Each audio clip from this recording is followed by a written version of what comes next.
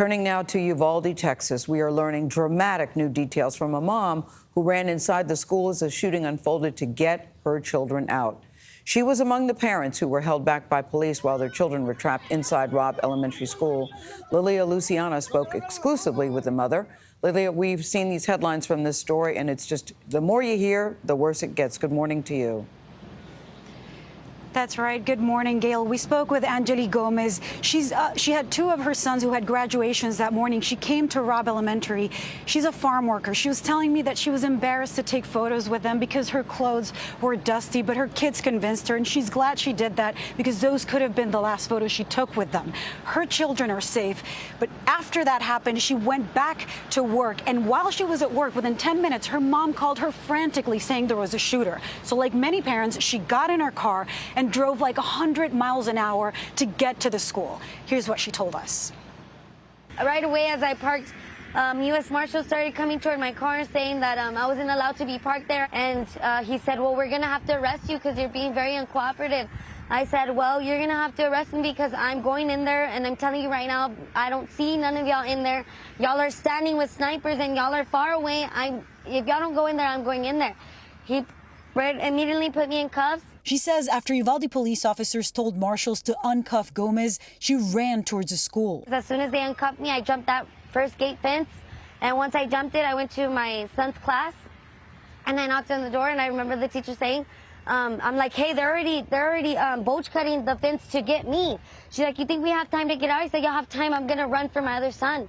Once she was assured her son was okay, Gomez ran to get her other child, encountering more officers who tried to stop her. So I start yelling, and I'm being cooperative, and I'm like, well, y'all aren't doing what are y'all doing? Y'all ain't doing y'all need to be in here. Give me your vest. Somebody give me a vest, something. I started paying attention to how far the shots were being, so that I knew the shooter was all the way still by my first son's class. So when I went to my second son's door, the teacher didn't want to open the door for me. So that's when they started escorting me out. And as I see that they're opening my son's door, I go run for my son and I get him. With both of her kids out safe, Gomez still can't shake the thought of those who didn't make it. While you were inside the school, did you see officers inside the school? There was not one officer inside the school when I ran to my second son's class. There was not one officer. And you were hearing gunshots, so you knew that you could hear the gunshots. Was an active shooter. It was still active. The gunshots were still active. They were not in there. There was no one in there. If anything, when I pulled up, my car was closer to the school than where the snipers and everybody that was laying on the ground were. When you heard that it took law enforcement 75 minutes before they went in and stopped the shooter, what was your thinking, having been inside the school yourself? I don't know. I was just thinking that they could have saved many more lives. They could have gone into that classroom and maybe 2 or 3 would have been gone, but they could have saved the whole class. They could have done something. Gone through the window, sniped them through the window. I mean, something, but nothing was being done. If anything, they were being more aggressive on us parents that were willing to go in there. And like I told one of the officers, I don't need you to protect me. Get away from me. I don't need your protection. If anything, I need you to go in there with me to go protect my kids. And if anything, they were being more aggressive on us. They were more pertained on keeping us back than getting into that school.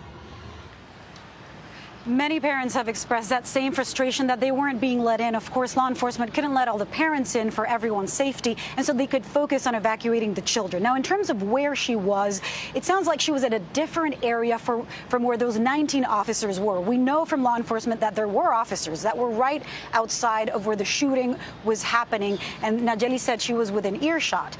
In terms of the wait now, law enforcement has admitted, Gayle, that this was a big and costly mistake.